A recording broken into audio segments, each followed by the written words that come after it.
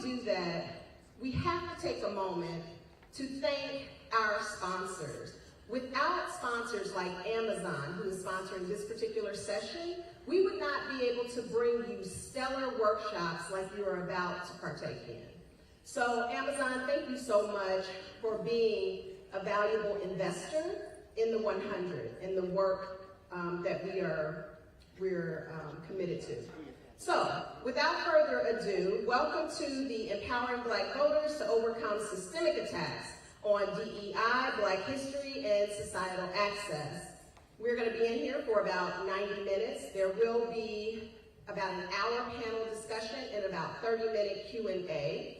And I'm proud and elated to introduce my newest friend here, Antoine C. Wright, who is a senior advisor for the Democratic National Convention.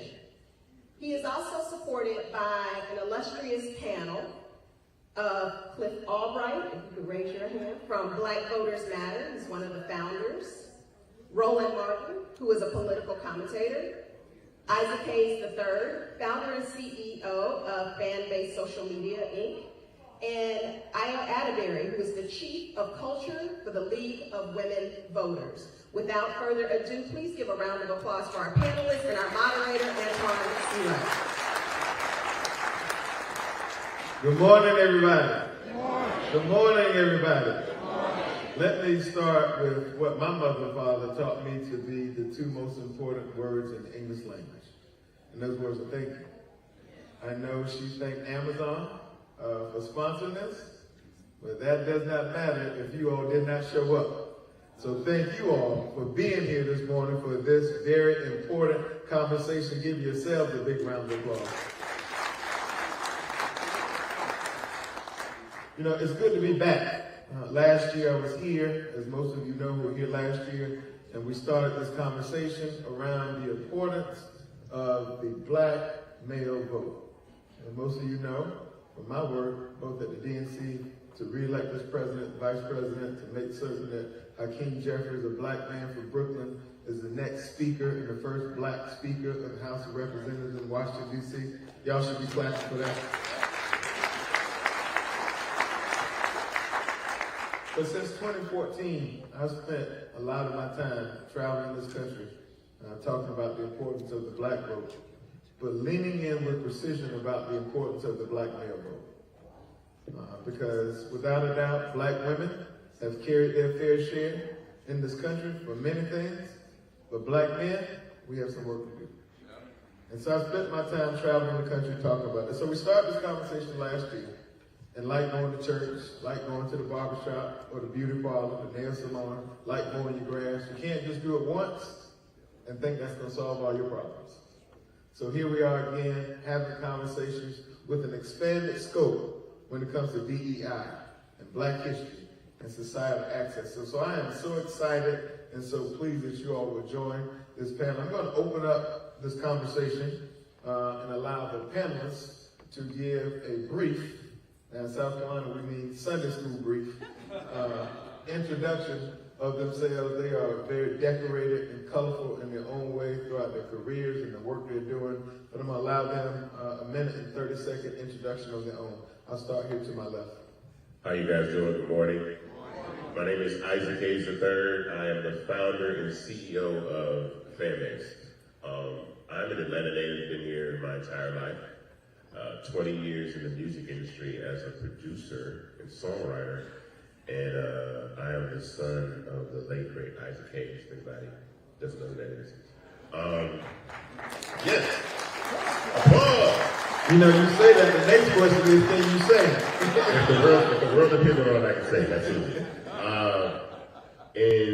I started managing my dad's estate after he passed away, but in 2018, I got an idea that we needed to build an infrastructure in social media because black culture is the economic engine of social media. So I decided to found a startup called Fanbase, which is basically, in my opinion, the heir apparent to TikTok and Instagram, but it's black founded, black owned, and invested in by people just like you, but it's for the entire planet. And so I've been fortunate enough to raise $11 million in 3 equity crowdfunding rounds, and I'm raising $17 million right now for our Regulation A round on a platform called Start Engine. So I'll tell you about that in a little bit. But my passion is creating black wealth and getting us into investing and owning infrastructure. So if we're not doing that, that's our thing. So I'm a new tech founder, but I'm a passionate tech founder. All right, thank you. And good morning, everyone. Io Atterbury here, the only woman on the panel this morning. Woo! And I am the Chief of Culture at the League of Women Voters. And how many have ever heard of that organization? Where, okay, a few hands in the building, but it is an organization that is focused on defending democracy and empowering voters. In our role, it's a legacy organization, federated model. What does that mean? We have levels of league at the local level, the state level, and the federal level. And we are focused on DEI as a core tenet of our work. That's work that I lead as under in addition to governance and also membership. Why it's important for us? Because we do see it as a business case. The league is over 100 years old. It was founded with racist roots. Like if you trace any legacy organization in this country back, you're going to find that it had those are the beginnings. And the membership is most of our membership is over 60 years old, 80% white. And as you know, the American electorate looks like us. And if this organization is to last, then they must become more diverse and include those of us that look like us and others in this room to go move forward. And one of our goals is to abolish the Electoral College. Why? Because we know the Electoral College is a backstop, again, with racist roots. So that's the work that I lead, and it's, it has its challenges, but I'm glad I'm here to talk to you all today because it's work that we need to do in this room. So we're gonna have a family conversation today, but I will bring institutional lens to that conversation. Thank you. I'll give it a 5. Let me say this before I get into my intro, because we've been doing some work with the League over the past couple of years, and let me tell you, it is not your grandmama's league, all right? It is a different League of Women Voters, and they've been very much about it and being in the streets with us. Let me make sure I'm in the right place real quick. Let me see if y'all can help me out. When I say black voters, you say matter. Black voters. Matter. Black voters. Matter. All right. So I'm Cliff Albright, co-founder and executive director of Black Voters Matter. We are a power-building organization. We are not just a voting organization. We are a power-building organization, but we know that voting is one of the most important tools that we have to build power. But we also support a wide range of other work around a variety of issues, everything from economic justice to environmental justice, obviously voting rights, housing, you name it, healthcare. We organize around these issues because we know that's how you mobilize our folks to participate in elections, right? Not just by talking about the voting process, but by talking about the issues that our communities care about, talk about the issues that affect our families every day of the year. That's why we do this work all throughout the year, not just 2 weeks before an election, but all throughout the year. We call it the 365 work. And so a big part of that work that we do, as I said, is also fighting for voting rights.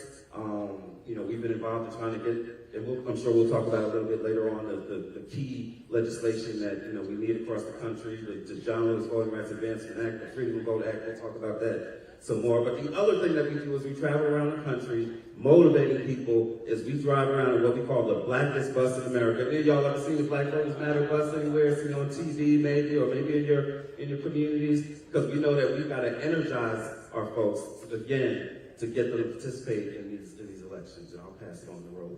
All right, glad to be here. I'm the only one on the panel. Yeah, the 100 black men. 70 brothers gonna be on panel of the Delta Convention. Yeah, let's see what happens then. Glad to be here. Tracy said I'm a political commentator. And I'm like, yeah, but I'm actually host of Brother Martin Unfiltered, also founder of Black Star Network. And the reason that's important because we've got to be able to own and control our own media. And so as we walked in here, I was like, yo, was the session been recorded? So man West said, oh yeah, it's a session been recorded. I ain't see no camera. I was like, all right, give me 5 minutes. So when you own it, you do what you want. So all y'all folks know who are not here, we're live streaming this right now. Go to our YouTube channel, go to the Black Stuff Network app. But again, that's why it's important, because we got to stop talking just to the room. There are other people out here who need to hear what we're talking about. And so that's why streaming this is important. So we're doing that right now. So look forward to this conversation. And glad to be back at 100 Black Men of America Conference. Y'all give it up for this esteemed panel. Y'all all right out there? If y'all all right, say I'm all right. All right. Say we all right. We all right. Say we gonna be all right. Roland, I'm gonna start with you if you don't mind. During the 2016 election, you, me, and others went around the country and said it's not about Trump and Clinton. This is about the opportunity to put at least two people on our nation's highest court. Not for 2 years, not for 4 years, but for a lifetime. The same sentiment we feel out here now, oh, I'm frustrated, I'm mad, I'm pissed off, I'm not motivated, was lingering in. Trump wins, he put not one, not two, but three extremists on the nation's highest court that will be there for the next 50 to 60 years. As a result of that, things that we care about have now, and they're no longer under attack, they're dead. DEI. Can you tie the knot all together, Roland, about how the elections and the courts and DEI have come full circle? Well, literally, as we sit here, Supreme Court just came down with their ruling regarding bump stocks. So the folks the cities that passed those rules banning bump stocks, they just declared those laws to be unconstitutional. So now they're allowing that. And so this is a far right-wing Supreme Court, but it wasn't just three Supreme Court justices. Remember, the last 2 years of the Obama-Biden presidency, Mitch McConnell held up 100 judicial nominations. So the reason Trump was able to appoint 237 federal judges, because 100 of them were supposed to be appointed when Obama was president, but they actually held it up. And so when you talk about our electorate, you have to understand power. How do you control power? When it comes to judges, that's the White House and the Senate. And so it's not just focused this year on, well, Biden and Trump. You got to focus on Sherrod Brown in Ohio, Tester in Montana, the races in Arizona and Nevada. Those are critically important because if you don't control the Senate, then you can't confirm the judges. And so what we have to recognize is we actually have to go back, I believe in back in the future. We have to go back to what happened during the Black Freedom Movement, some call it Civil Rights Movement. We had freedom schools. The problem is too many folks today don't fully understand politics and connecting the dots. And so when you talk about public policy, you have right now conservative billionaires. The effort of Ed Blum and the lawsuits, that is a $1 billion funded program. Understand, in my book, White Fear, How the Browning of America is Making White Folks Lose Their Minds, I've been literally saying this since 2009. Why? Because it was sitting in front of us. When Obama was elected president, a lot of us went to the inauguration parade and we never left. We were so excited seeing a black president. Say that again, Roland. A lot of us went to the parade and we never left. For 8 years, we were just sitting here like, because we were happy to see a first black family. Everybody else left. That was a poll that dropped shortly after the inauguration. The question was asked, are you optimistic about the future of America for your children? Every ethnic group, majority said yes. Only one group, less than the majority, said yes, white America. September 2016, a poll was asked, are you optimistic about the future of America economically for the next 10 years? Black people, lowest wealth, highest optimism.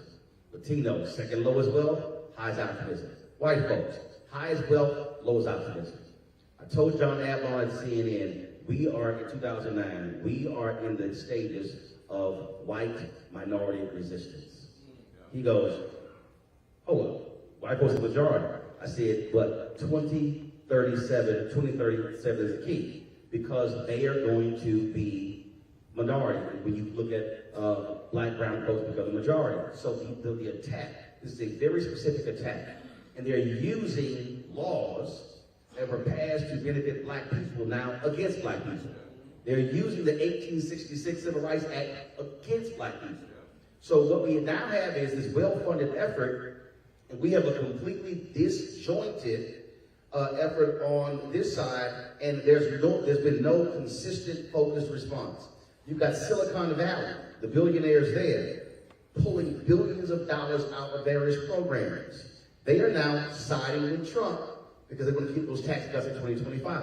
So we have to understand every program. If you had a law firm, a corporation, I don't care what it is, every program that has been in place that has been about black advancement for the last 40 years is going to be sued.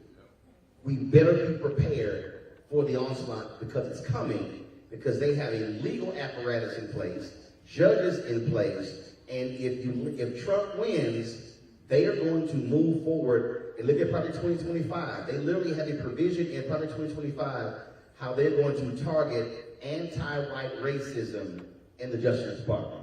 Trust me, that's their goal. Cliff, I'm going to keep this going because I think this is certainly fertilizer for the soil. You do a lot of work in states. We hear the former president talk about these things, these cases like DEI need to be settled in the states.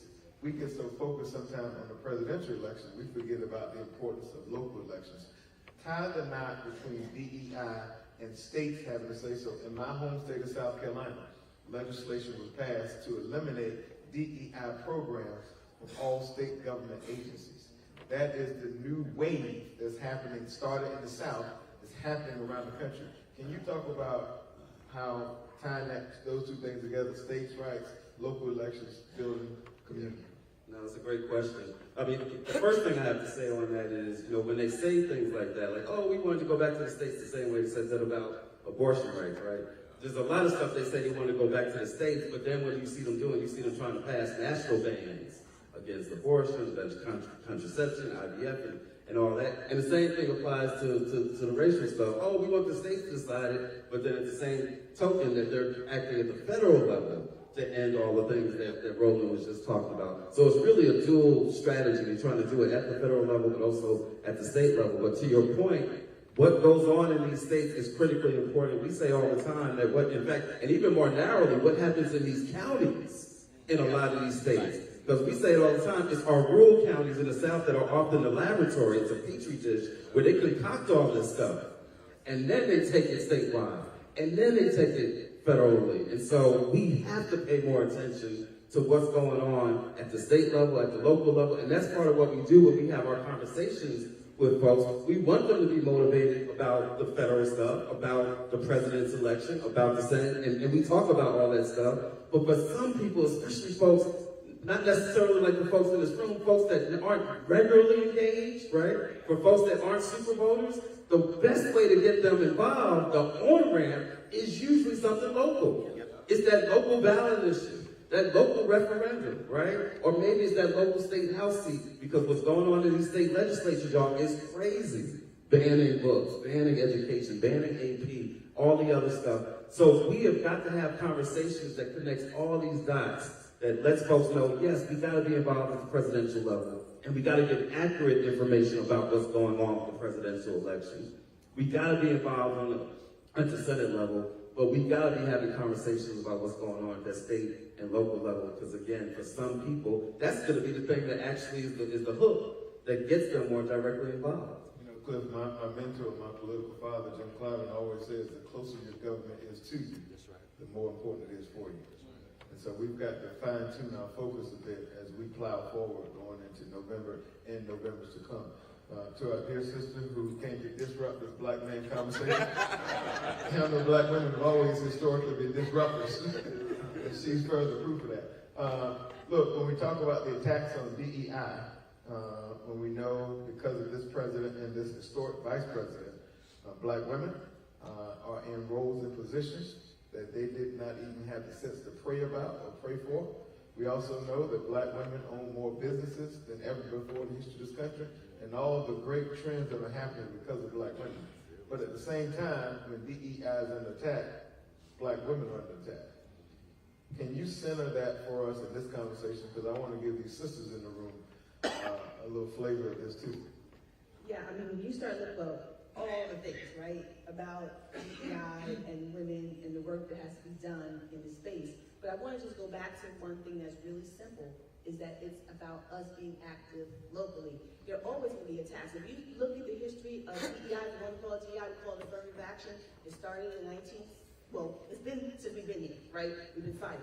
Particularly got away in the 1950s and 60s with affirmative action, all the civil rights movement work that started. And it changes, the name changes, but the game stays the same. So for us, at the level, like at the institutional level, there was an influx of dollars that went into philanthropy in spaces that created these chief equity officer positions. We saw them.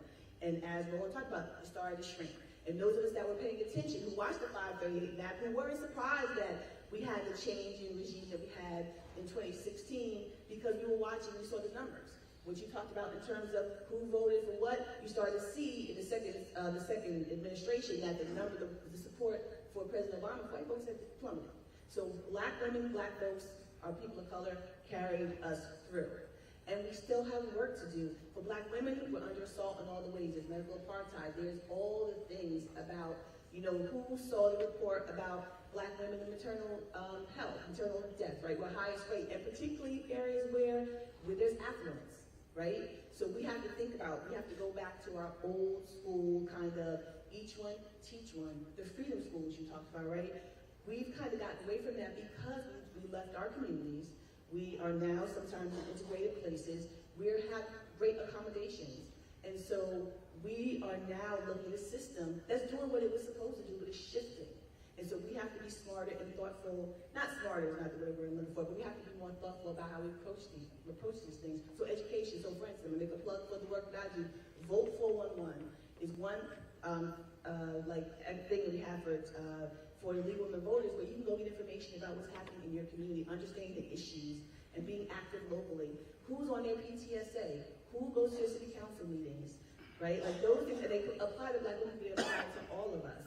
And black women are usually the credible messengers. We have to be better, all of us have to be better users of social media. What is it we need?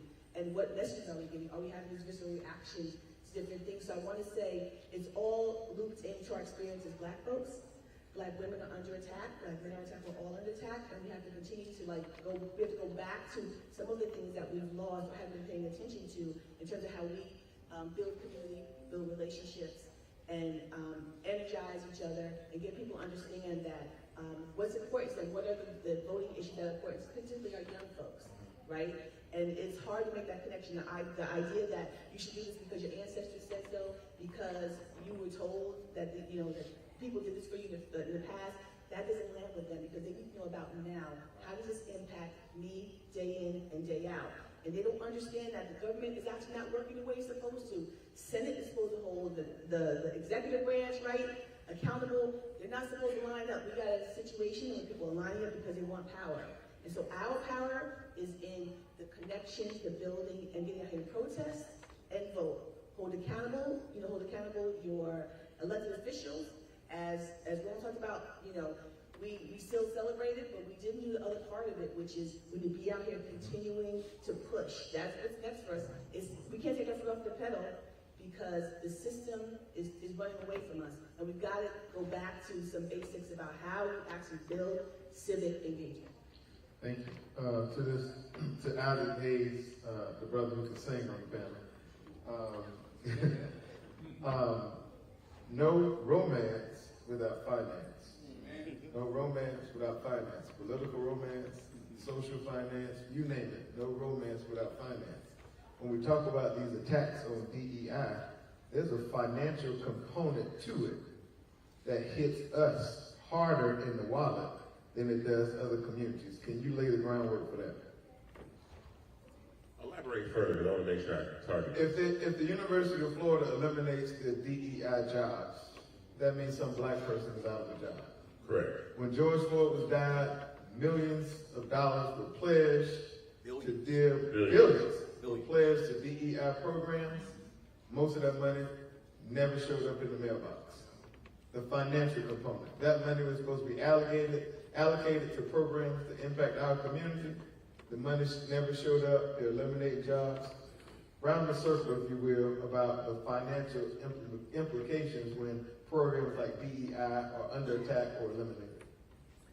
Well, see, I don't know if I'll say this.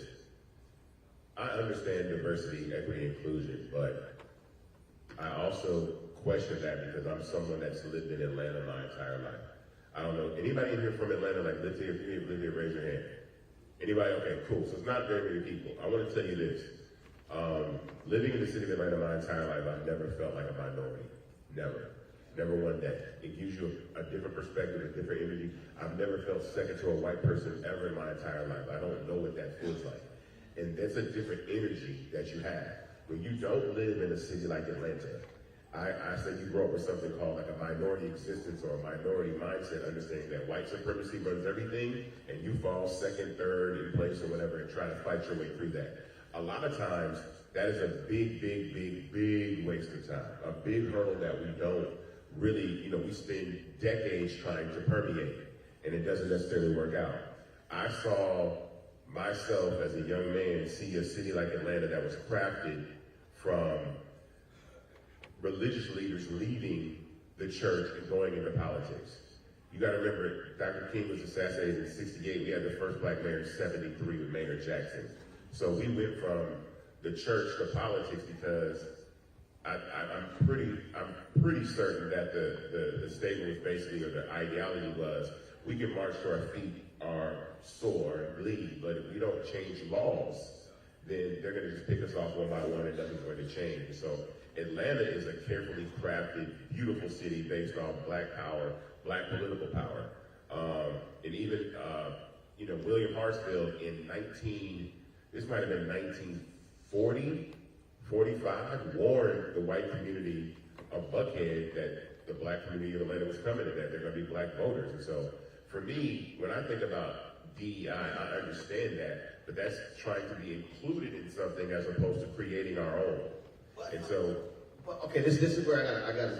Here we go. No, this Here we go. No, this is where data has to also explain this. Okay. 1972, black people were getting 0.0012% of all city contracts.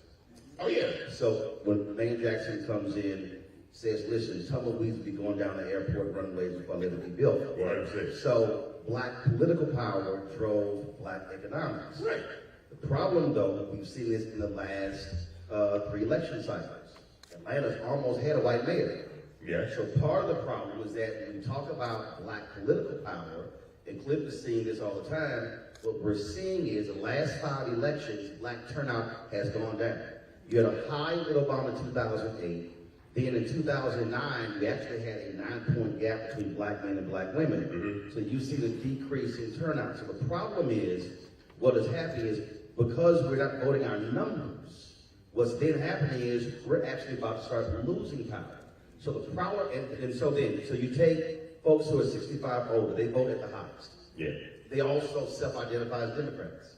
Yeah. Then you go 55, 64, then you go 45, 54. Once you drop below 45, the voter turnout drops, self-identification drops. So now the problem is we are living in places where our turnout is 18, 20, 22, 26, and so that's going to impact the economics.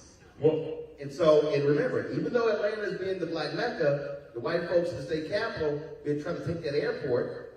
And the same thing, they're trying to take the Trophy Lumumba in Jackson. So what is happening is, in southern states, they're seeing these black economic power bases, and now they're using their power from the state level to try to erode that power. And so black folks in Atlanta got to be real careful. let me finish. I hear you. So, what I wanted to say was that blueprint that was created by Maynard when he came up with like the minority participation contracts in the city of Atlanta, like we see less than 1% around the nation. Atlanta, it's been up to 33 to 40% of minority participation in contracting, and that is a huge deal because you got to think about this. This is one stat that I remember former Mayor Cassine Reed talked about. He said that the Atlanta airport makes $6 billion a year in concession revenue.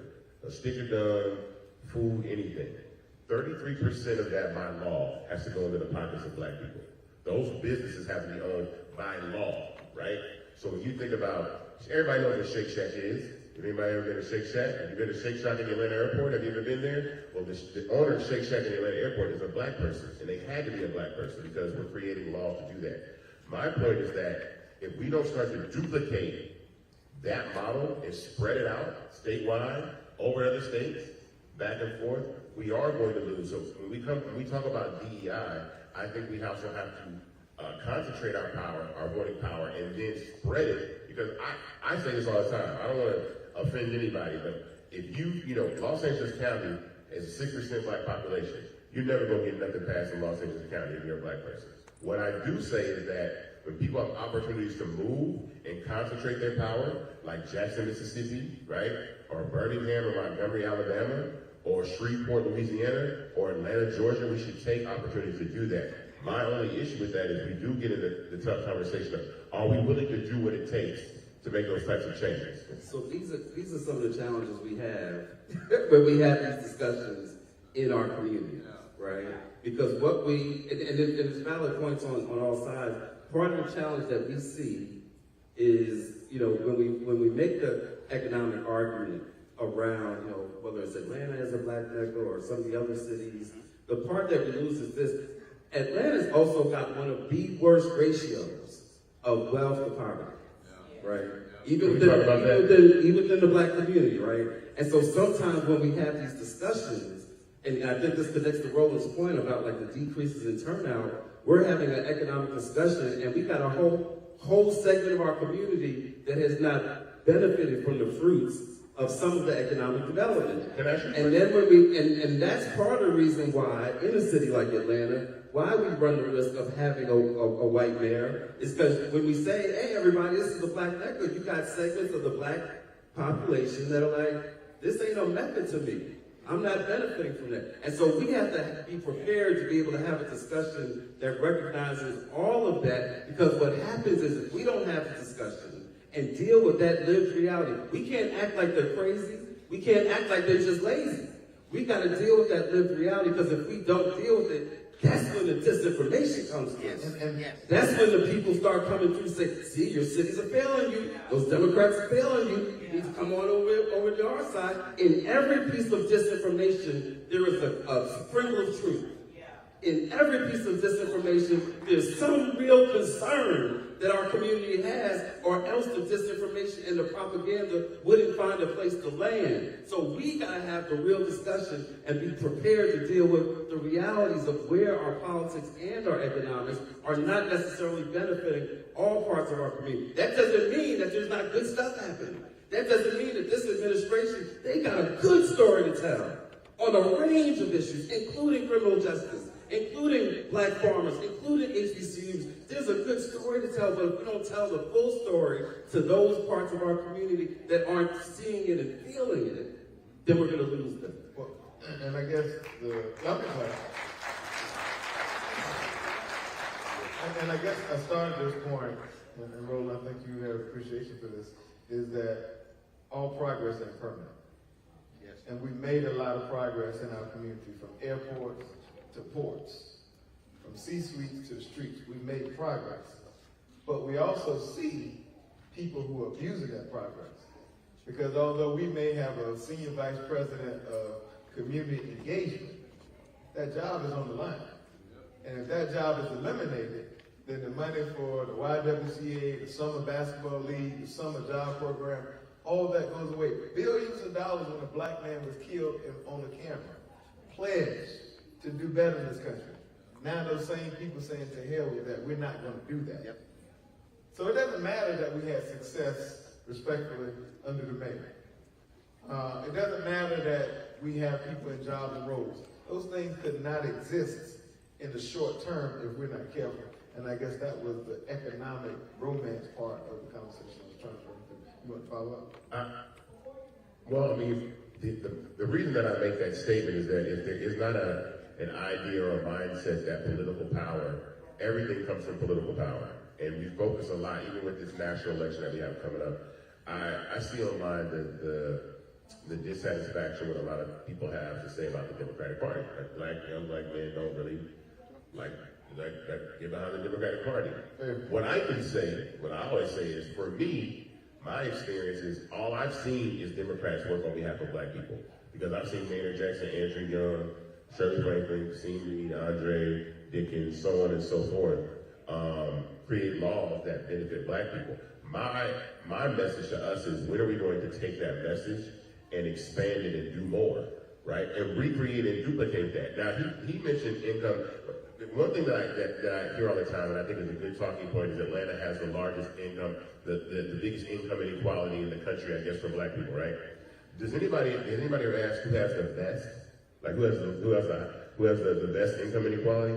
And it's really like 4% in Atlanta, right? About 4% income inequality. I think the best place that income inequality exists with people is like Salt Lake City, Utah, it's like 11%. So there isn't this huge gap. When we say, it's still income inequality. What I'm saying, the point that I'm saying is, hold on. No, listen, I understand that.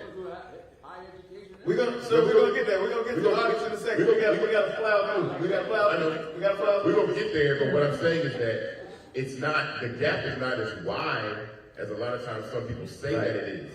And sometimes that gets exacerbated. I'm not saying that it does not exist, ladies and gentlemen. That's not what I'm saying. But what I'm saying is that if we're not focusing on creating powerful people to change laws, then we are always going to be asking, like DEI is going to be something that we're always asking for. One thing that I say about this all the time, and I've never heard a majority of a group of people ask for inclusion in anything. Show me any time where a bunch of white people have moved anywhere and said, you know what we need? We need some black people, some Latinos, some gay people to move in. The only people that want acceptance are minorities. Because we're begging to have a seat at the table.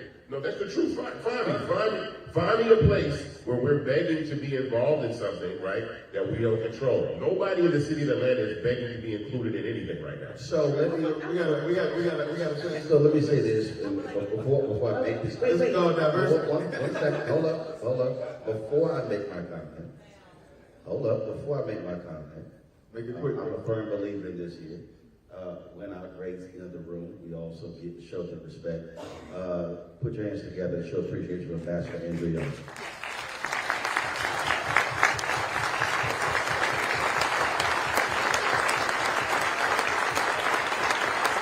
The good alpha man right there. What we have to understand when we're talking about politics, that is economics.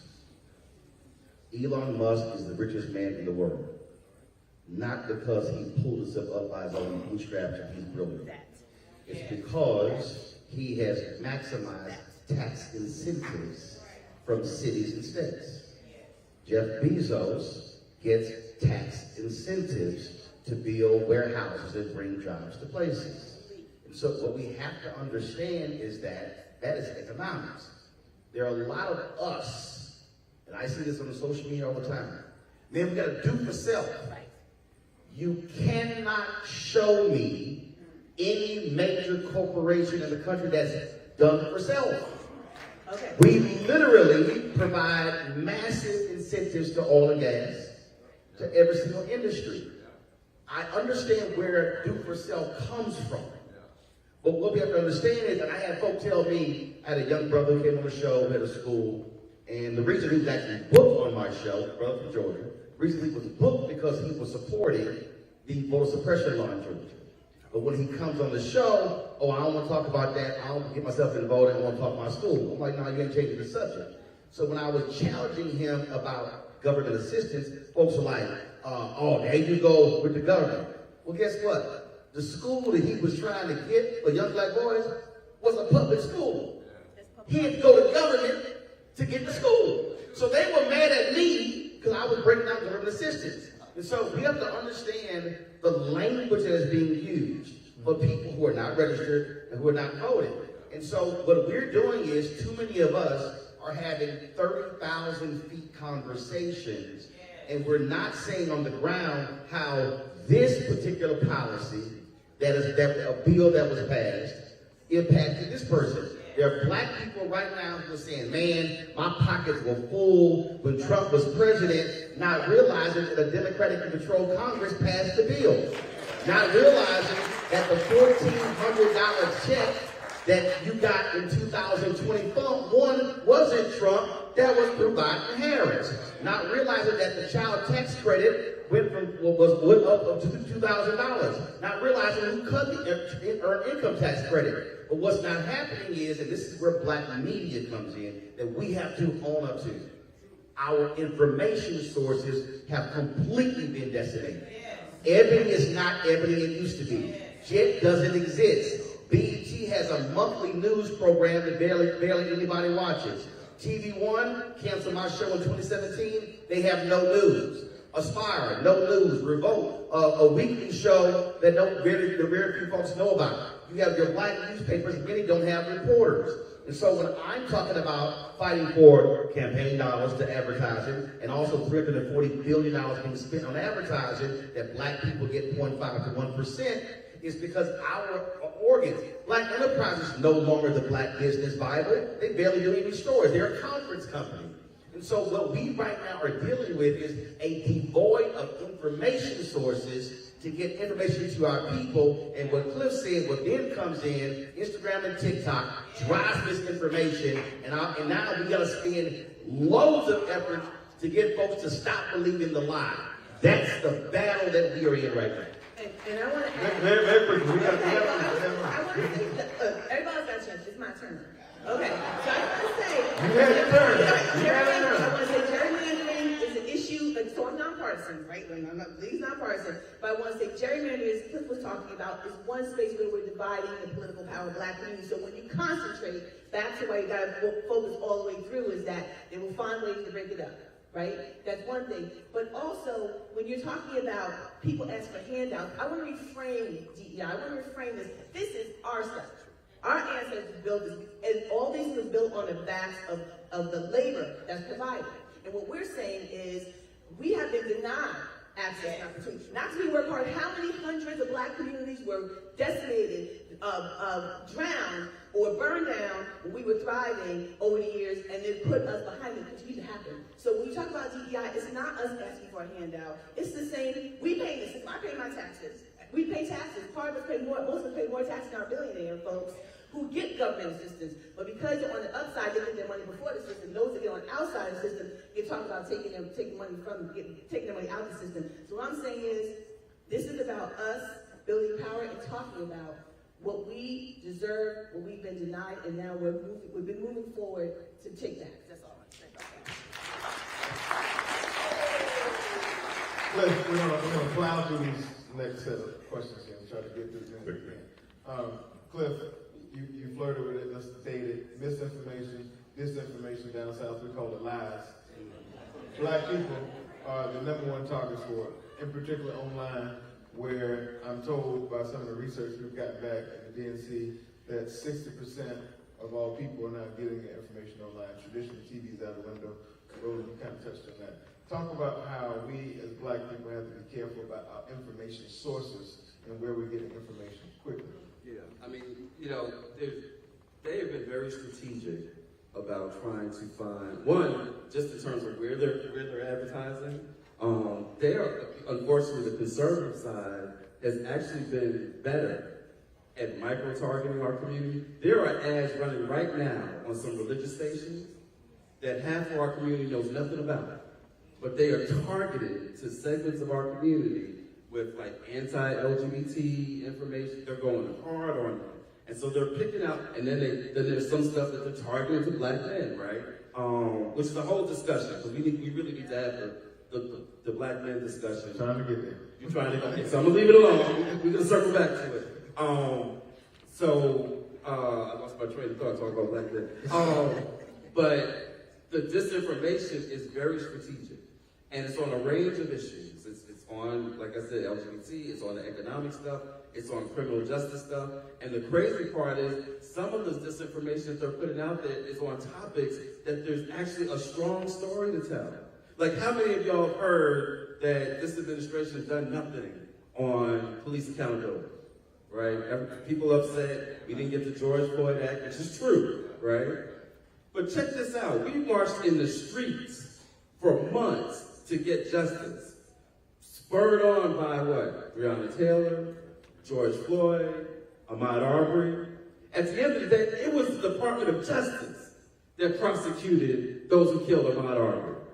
It was the Department of Justice that prosecuted those that killed Breonna Taylor, because the Negro in Kentucky refused to do it, right? It was the Department of Justice on top of state charges that came in and also did hate crime against Chauvin, who killed George Floyd. That was the federal level, right? Then you add on all the work, and let me just say this right here. Kristen Clark and the Office of Civil Rights at the Department of Justice, they've been balling, y'all. We yesterday announced against the patterns and practices against the Phoenix Police Department. That's right. There have been 10 patterns and practices investigations under this administration, 1 under Trump. Exactly. So holding police departments accountable, holding even corrections, even prisons for deaths happening in jail. So I'm saying, but still you have the disinformation out there. Some of it gets spurred on by some black influencers, right?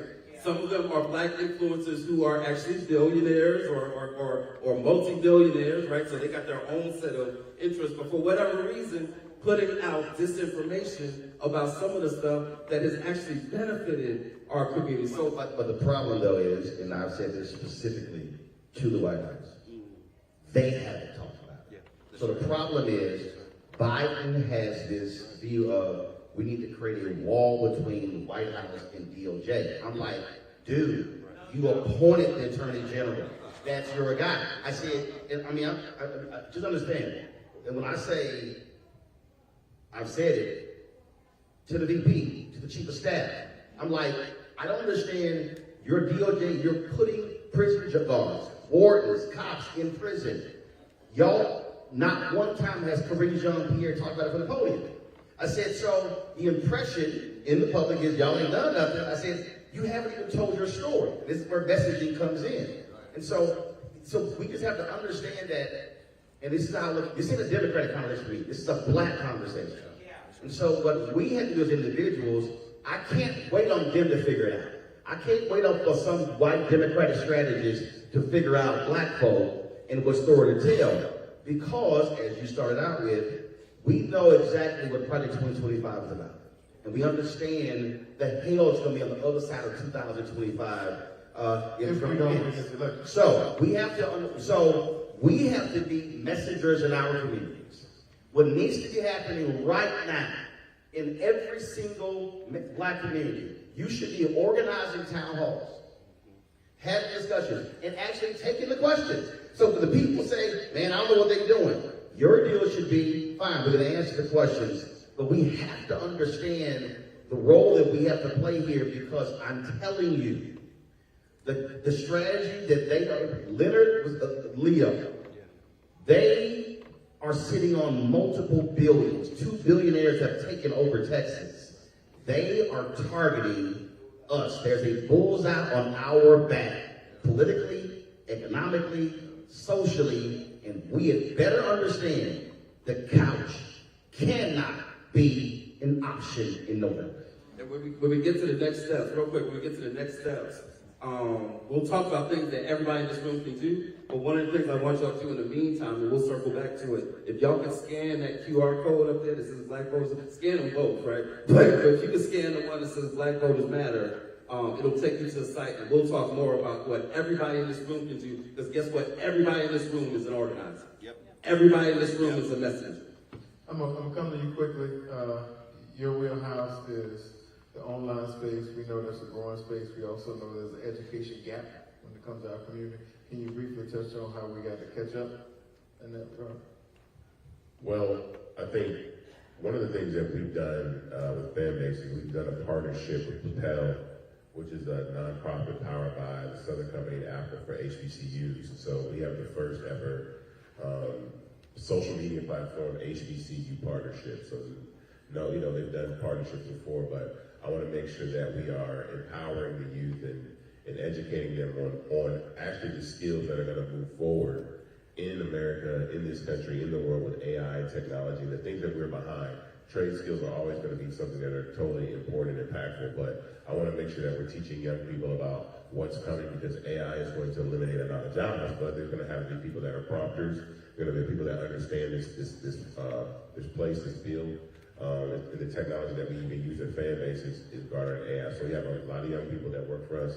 I want to make sure that we are empowering the next generation of young people to be able to handle the onslaught of, the evaporation of the workforce. I say that one of the things that, why I even created the company is so that I wanted to turn every single person on the planet into a business. One of the things that I love about Fanbase is that you can have a follower, but you can also have a subscriber to anything that you want. And it gives a person the ability to build a business just off having a social media platform to create content and monetize. That's any type of content. I know we've seen it before, but there's been a lot of things that we've done that revolutionize social media as far as even the way that you can actually purchase subscriptions and so on and so forth. And so if we are looking at the technology sector, and I think all of this for me boils down to building multi-billion-dollar companies, and I'll say this for us, is building, educating people on building multi-billion-dollar companies and exiting. I said this before, that Facebook has a market cap of like 1.3 trillion. TikTok has a market cap of $350 billion, but where do we own any of these platforms? These platforms don't work without our dances, our clapbacks, our songs, our skits, our comedy, but we're exploited. But on the cap table, in the boardroom, who owns these companies? And so I can proudly say that I can have a conversation with any of the CEOs of any of these companies and say, I dare you to say that your apps don't work without black people. And they don't work without black people. And so my point is, like, if we don't own infrastructure, right? And so this is the thing about, the conversation that I think is most important, is that these tech companies are fueled by already wealthy individuals that come from money. Like Jeff Bezos, he started Amazon with $100,000, I think, from his father-in-law, right? Elon Musk's father had money, Trump's father had money. So if we're not building opportunities to create generational wealth through technology, and I know real estate is one thing and retail investing is another, but when we scale these businesses and we're not creating infrastructures that we own, what we typically do is we add our energy to an infrastructure and then they monetize it. One of the first things, everybody knows who Grandmaster Flash is, and I gotta say this. Everybody knows who Grandmaster Flash is. The first time that Grandmaster Flash DJ'd on 2 turntables and a mixer, somebody should have pulled him to the side and said, don't show another person what you just showed me. Let's go figure out how to build turntables and mixers. Because everybody that's gonna do this is going to need the infrastructure to do it.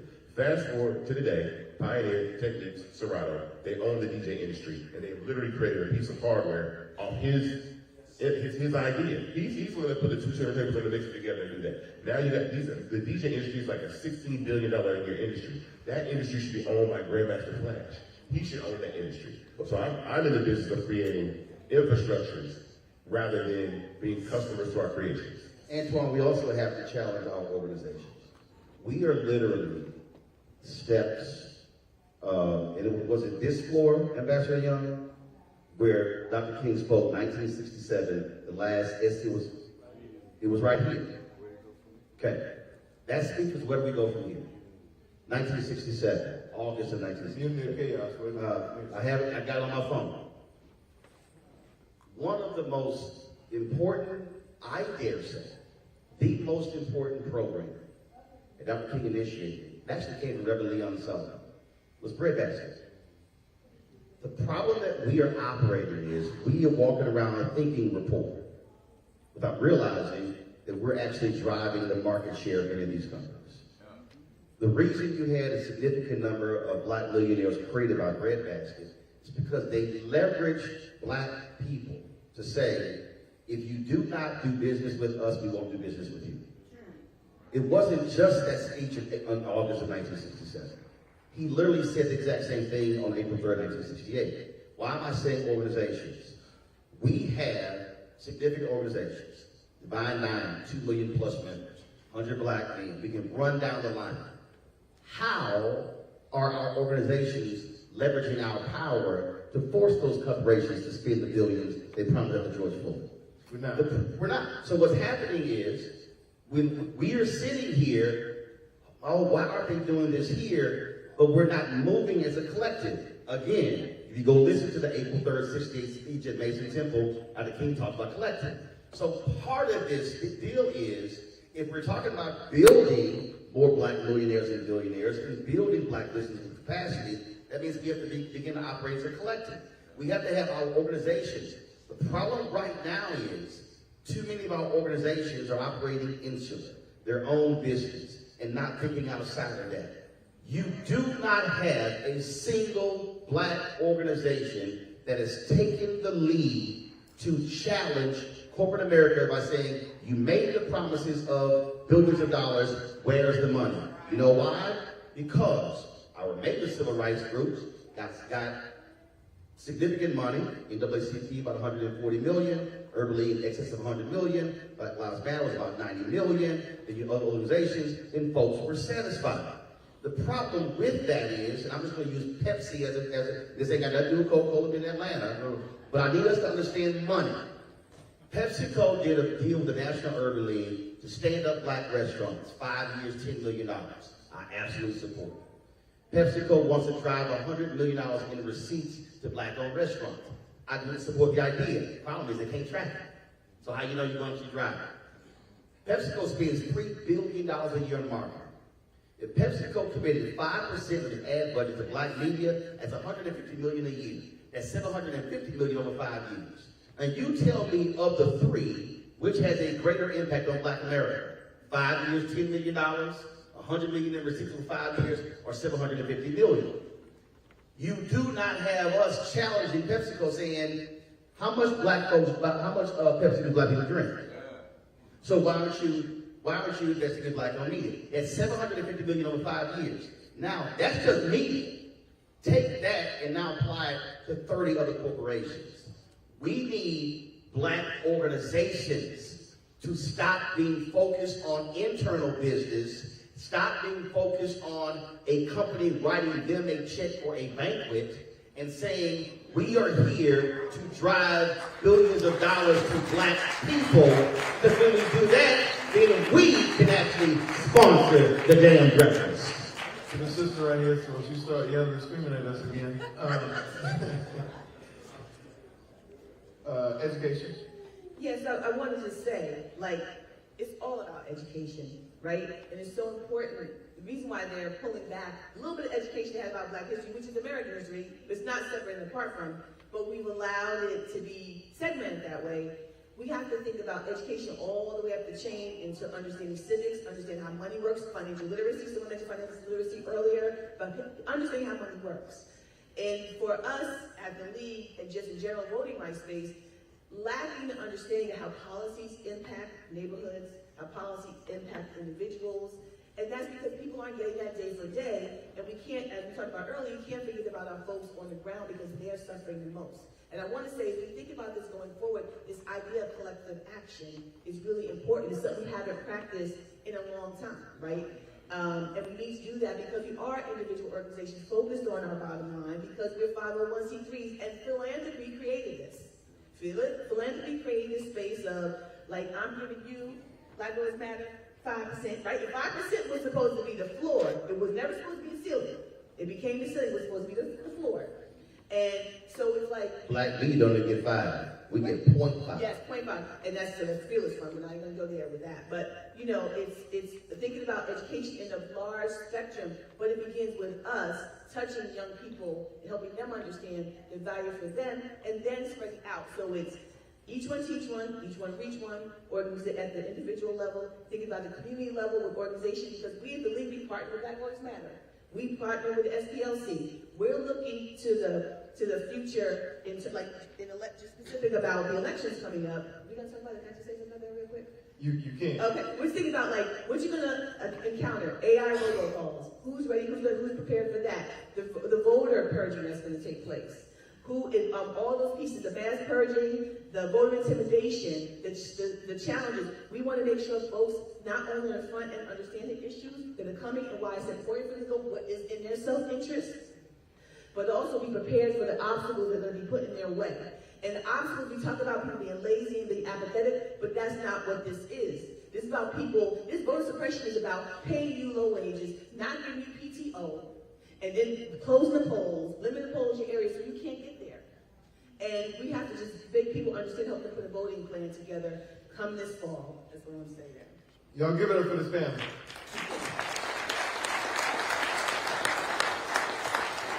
Somebody said, woo! Woo! I do want to touch on one thing before we go to the artists. Now, before we go to the artists, let me say this. We want questions. Somebody say questions. Somebody say questions. Somebody say questions. I don't need your biography. I don't need your life story. I don't need you to set up your questions. I need you to be crystal clear about what your question is. Somebody say question. Before I get to that, Cliff, because out of our meeting here last year, and out of a panel like this where we focus on the black vote, 100 black men, myself and West Bellarmine, we have a 16-city plus tour where we're going around the country into community. We started in Cleveland, we've been to Pittsburgh, we've been to Philly, working with local chapters, having authentic conversations with black men and other constituency groups in our community, Roland Martin, about the importance of the black male vote and how we can all rally together, because when black folks win, when black men vote, our community wins, and we absolutely have to do that. So Cliff, very quickly, a minute and 30, can you frame the importance of the black male vote for this room full of black men here in this next election? Very quickly. I'm gonna make it real quick, and I'm probably gonna leave out some stuff because I really want to get to y'all's questions. But anytime we start this discussion about black men and the black men vote, we've got to start it with this.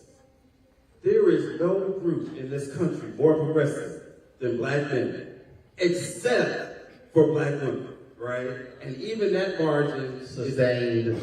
And so we need to start the conversation there, because too often, y'all see all these headlines, y'all see all these polls, what's wrong with black men, they switching, they doing this, they doing that. And so we can't start the discussion from a place where we are lacking.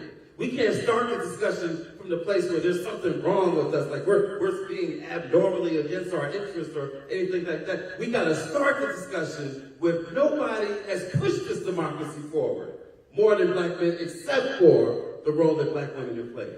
And we have done that together. And so we start the discussion there. Once we start the discussion there, then we can talk about, well, where are the gaps? Where are we not talking to each other enough? Where do we need the 100 to go out and do these town halls along with Black Voters Matter and Roland Martin and Filtered and all this other stuff? We can have all that, and we got some of those answers, but just because we're short on time, I just wanted to start it with black men. We've been doing the thing, and we're going to keep doing the thing. We're just going to keep finding ways to do it even better and stronger.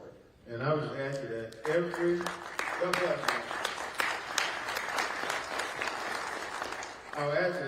social movement in this country, arguably in the world, has been fueled by black people being on the front line, leading that effort. This moment that we're in, where we have to plow forward, should be no different. When we talk about the power of the black vote, it's black men and black women, not one or the other. Because there is a strategy out there to divide us. To say that black women are the only ones who are doing it, or they're the only ones who can do it, or that black men are somehow or another drifting to support a white supremacist by the name of Donald Trump. We can't let that narrative seep into our community. We have challenges, yes, but we can't let that narrative seep into our community as if it's a reality. Questions? Somebody say questions. Questions. Quickly with your question. There you go. What would you say, or what is your suggestion when you feel like DEI is being used as a weapon against you as a double-edged sword? So I happen to have a friend, right? So I would say the language used is historically marginalized communities.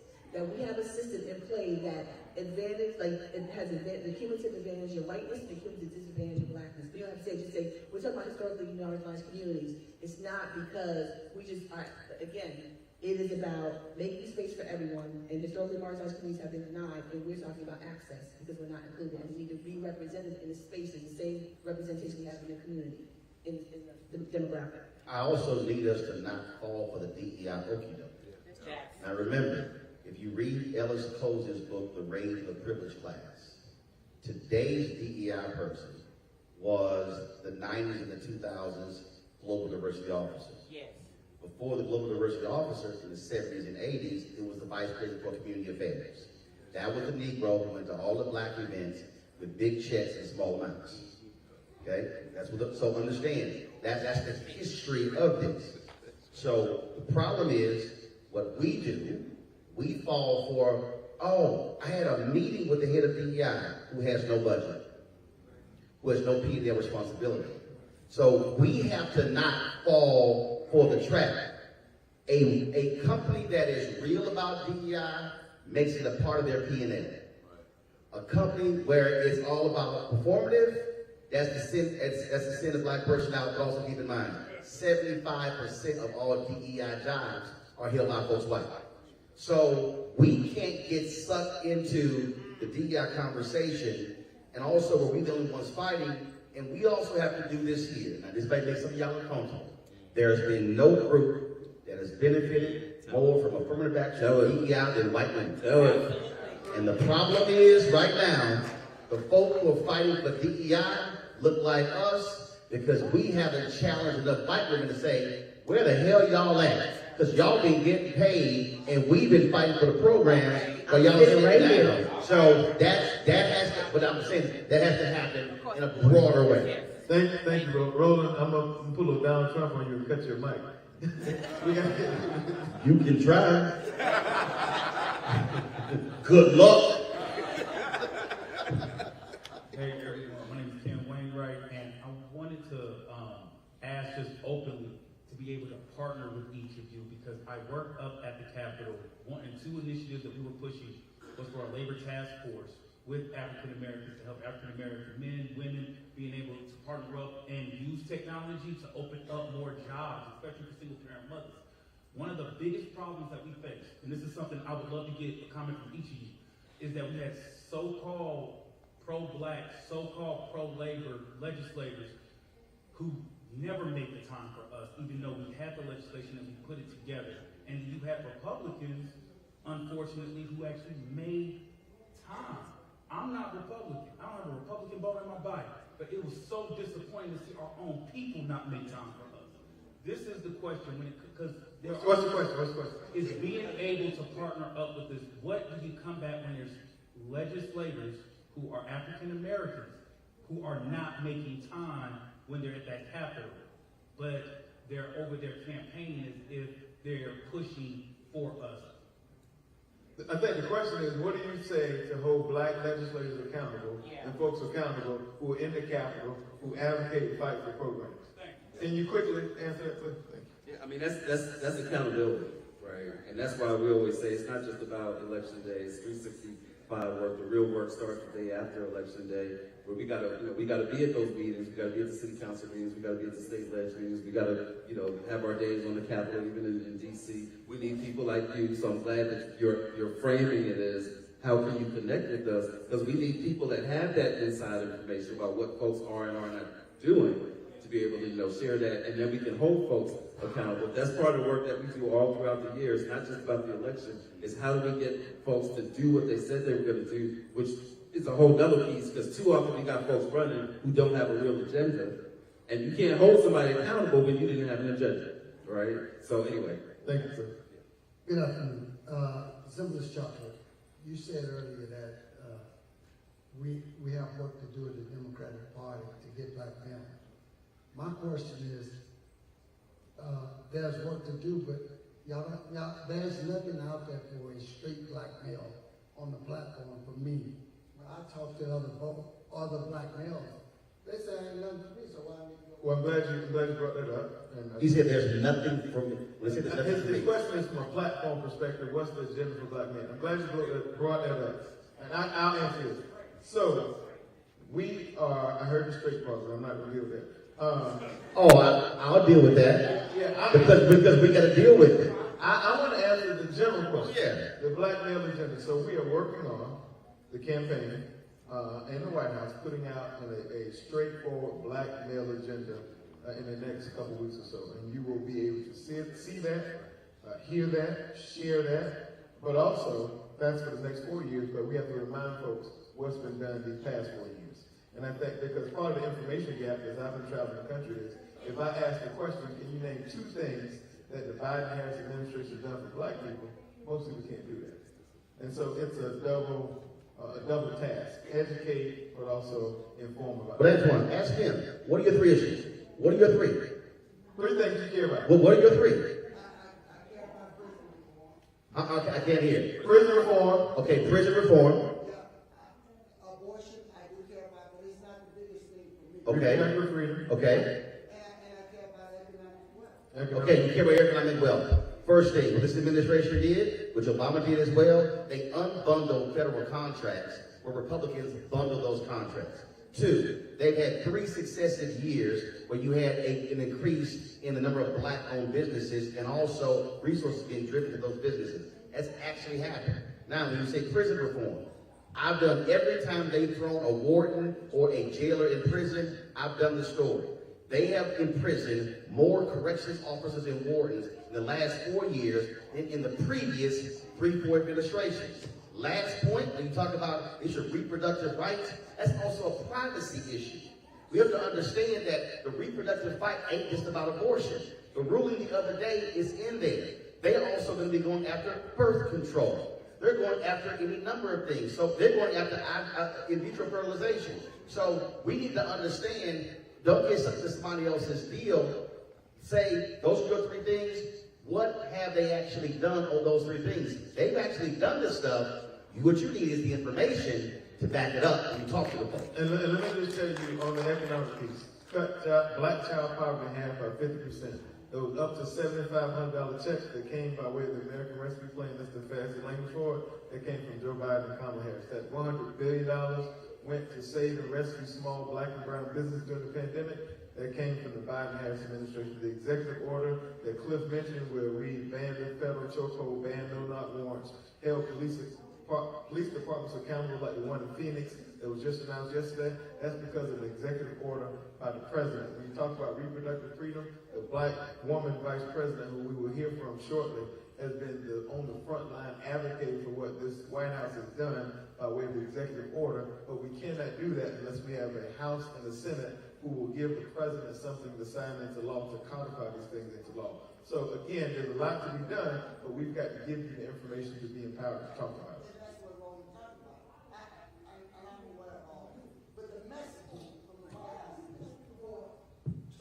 I got you, and that's the whole point of me being here. Which is why we're not going to wait on them. We're going to develop our own messaging. Listen, when Chuck Schumer celebrated those 200 federal judges, the White House went, 200 federal judges. I put a graphic out that said, 200 federal judges, 58 black. So again, we can't wait on them to figure out how to message to us. We got to message to ourselves. So the electoral college, can we get rid of the electoral college? Without the electoral college, the last Republican president would have been George Bush 1. No. Go ahead. No. We have a plan for that as a league. We're going to do it, and so our plan is to start with one person per vote. National popular vote is a way to get there, but that's a goal for us. And we have, I don't know if that's on it, but we're working towards that, and we will do that over some time. I'm sorry. The reality is that's in the Constitution. You got to have Congress pass it. Then you got 2/3. You got to have the ratification of the Constitution amendments, and them small states ain't giving up that power. Well, we can, so we'll see. Okay, yeah. Hope, you gotta have hope. You're right. We'll and a strategy, right? Hope is not a strategy. That's just strategy. Okay. Good afternoon, guys. Thank you, brother. The question for Ike Rowland. I hear you guys talking about the lack of spending in the black community, black media. Yeah. Is there a collective that exists, or are you guys open to creating a collective so we can go after that money as a group? My plan of Roland has, so for me, one of the things that we did with the startup, and people don't know, is that Barack Obama and Joe Biden passed this law called the Jobs Act. And it basically eliminated the accredited investor rule and allowed any person to invest in early stage startups in businesses. And so what that means is that if you have a business, you can go get funding from your community. In 2023, less than half of 1% of all venture dollars went to black startups. Less than half of 1%. It's crazy, like less than half of 1%.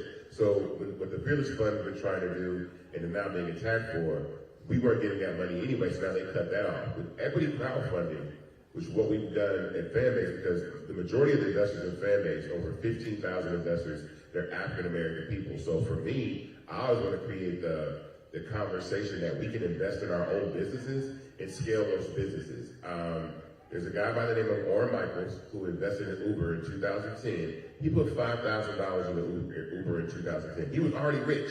So not some guy that's like anybody does that. He put $5,000 in Uber in 2010. In 2019, when the company went public, his $5,000 was worth $24 million. None of y'all ever got a call for that. None of you guys ever got, y'all can put $500 in the Uber and turn it into $2.4 million. The point that I'm making is that we have to start investing in our own businesses and the ability to scale our businesses to exit. So for me, that's why I created. How much does it take for somebody to invest in?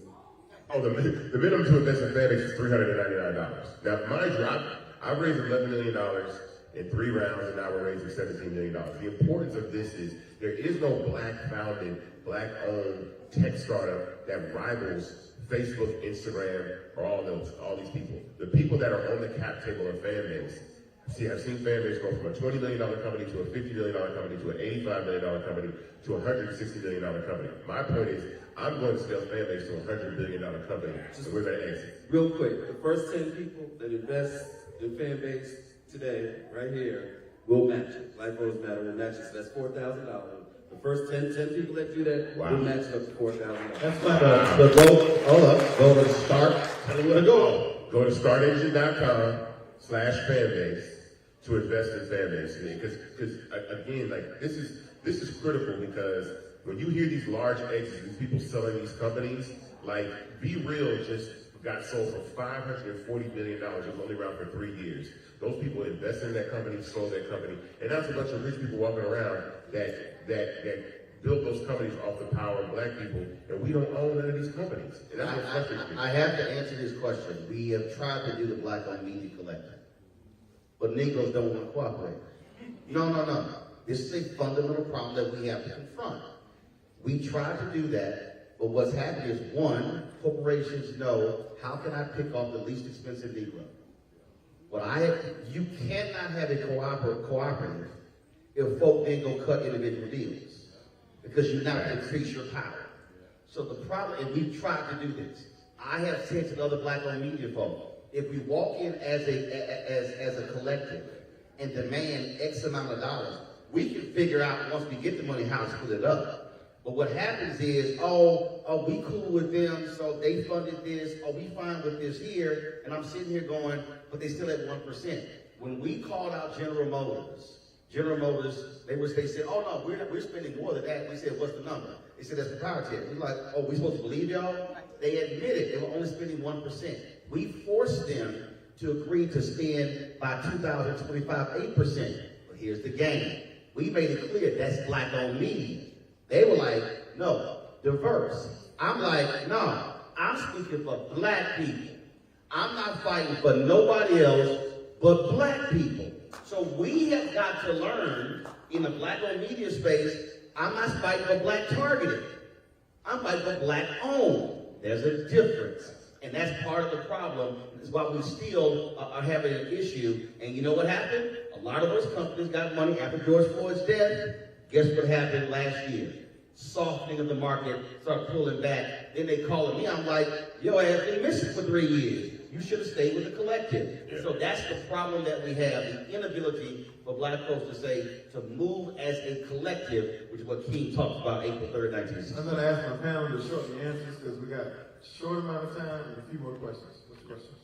Hi, my name is Kyla Orman, and I think this is a good conversation, but a lot of times it's hard to begin the conversation and even get past the question of, are people speak Trump and they're like, neither. How do we even approach conversations like that, especially for young people who feel really discouraged right now? Cliff, take that question quickly. One person answer. Cliff, take that. Real quick, the simple answer is, we don't start it with Trump or Biden. We don't start it with any candidate. We start the discussion with, and I think Roland asked the question to the brother, what is it you want? Like, what's important to you? What's the issue that you're passionate about? And we have a conversation. We center the person. We center our community, not the candidate, not the parties. There are clear differences between the candidates and clear differences between the parties, but we don't center that. We center you, and we center you, and we center whoever it is that we're talking to. That's what starts the discussion. But too often when we started with, are you registered? You're not registered? Okay, bye. Or are you for Biden? You for Trump? Okay, Biden. Then when we center the wrong thing, that's a conversation killer. I'll also add this very quickly. When we tell some folks, now look, y'all, we all know somebody marched for us, somebody bled for us, somebody died for us to vote, right? And that works for some folks. But for the folks that aren't engaged, that doesn't work. That's a conversation killer. We can't center that. It's all true, and it's important. But when we start the conversation with that, that can be a conversation killer for the person that fundamentally wants to hear what's in it for me and my family and for my community. Where am I in this discussion versus the candidate, the party, or even the historical piece? But one of them will win. That's right. What's your Absolutely. Joseph, Milwaukee. What can we do as 100 black men to actually get the younger people out to vote? Because the same message that's been portrayed to the millennials and up does not reflect. Hold on, what city you say you're from? Milwaukee, Wisconsin. Praise the Lord. Start right here. If 50,000 people in Milwaukee had voted in 2022, who voted in 2018, you have a black United States Senator. So what you need to do when you go back to Milwaukee, take out young folks. You need to go back to Milwaukee and you can pull the data and look at the precincts. Go look at the precincts, who voted in 2018 and who voted in 2022. You might look at a precinct that 300 registered voters, and you might see only 40 voted. You now know what doors to knock on. The problem, this is what we do. This is, and the only reason I'm speaking from this is my parents were civic club founders. What we do is we hope vote turnout. Then we say, well, let's throw a rally. The data is already right there. You can go back to Milwaukee, clip them, they got groups, they can pull the data and say, here are the low propensity voters, here are the high propensity voters, here are the folks who used to vote and now vote, and that's where you target. This election is going to be on the margins. People talk about who won. Trump won in 2016 by 77,000 votes in 3 states. Biden won by really 40,000 votes in about 4 states. So understand, this is a margin game. Milwaukee, if they had voted, and Mandela Barnes still mad at me because I said, bro, you didn't target Milwaukee enough, it would be a black United States Senator. So we have to change how we're doing our voter engagement. Go get the data first, and then say, if there's 500 people registered in this neighborhood, and only 100 voted, we're going to have a forum in this neighborhood. This is our last question, then we're going to get closing comments because we are over time. So my question is for Ms. Atterbury. So I'm a physician at an academic institution that will become anti-DEI starting in October. Do you recommend those around stay and fight the fight or relocate and join the collective? Well, the fight is the fight, right? So what I tell people is DEI just gave the name, it's what I do. So we don't have to talk about it, we need to be about doing the work. So it depends on how comfortable you are. It's my personal brand and mission that everywhere I go, I think about my community, I try to make space for them. But I don't need the DEI logo to tell me to do that. So I just think that that's my answer there is, and what you feel comfortable, because, and as Ron said, what I'm talking to my folks about is we say it, and but I want you all to do it. I'm trying to make it in the work, not about the title. Let me just say this real quick for the brother from Milwaukee. Anybody else that wants to get involved in reaching out to your community, connect with us, scan that QR code. That's QR code specifically for our texting program, because we layer our street and door outreach with texting, social media, build all that stuff, right? But texting is one of the easiest way for me to get folks involved, like in a setting like this. So scan that code, it'll connect you to, we do texting Tuesdays every Tuesday. And we do it the same way that Roland just said. We'll say, okay, we want to hit these precincts in Milwaukee this week. Or we want to hit these precincts in Ohio in preparation for that Ohio referendum that they had last year. So anybody that wants to get connected, please scan that QR code. We got tons for you to do, and we got the resources to help you get it done. That was it. And for the league, we have local and state leagues across the country.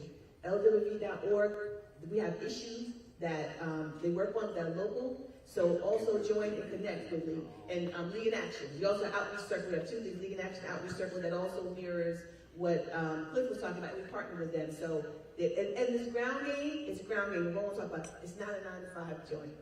You got to go to kitchen tables, you got to knock on doors. That is where we need to move. And share data. The content creators on the fan base, the work that we do, you can repost that information to your social media circles, and just understand, you have no idea what goes by. You have no idea.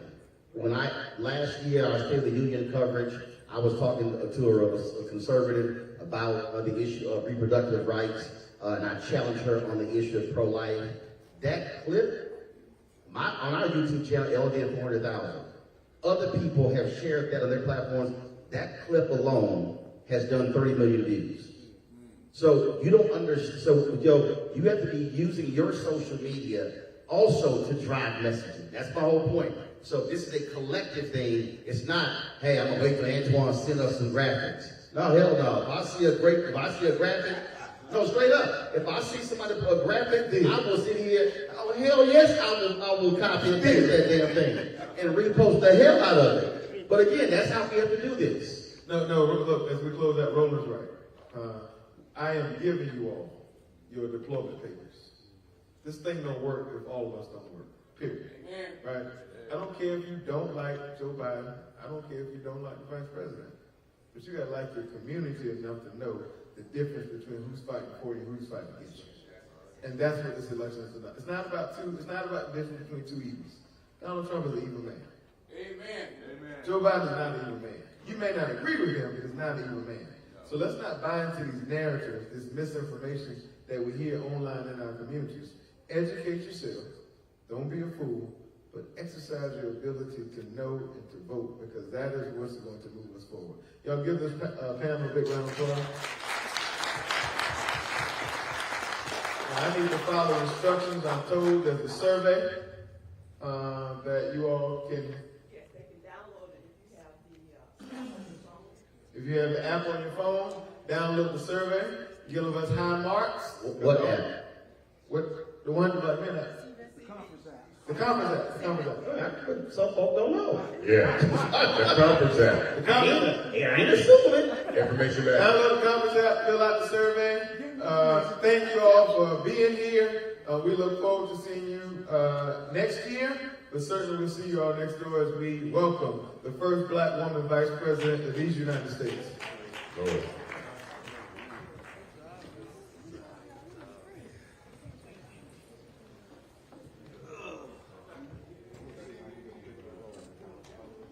Startagent.com/fanpage. Sorry, it's this QR code, so if you scan that QR code, you should be able to do that. Yeah. Yeah. Okay, cool. You got I started my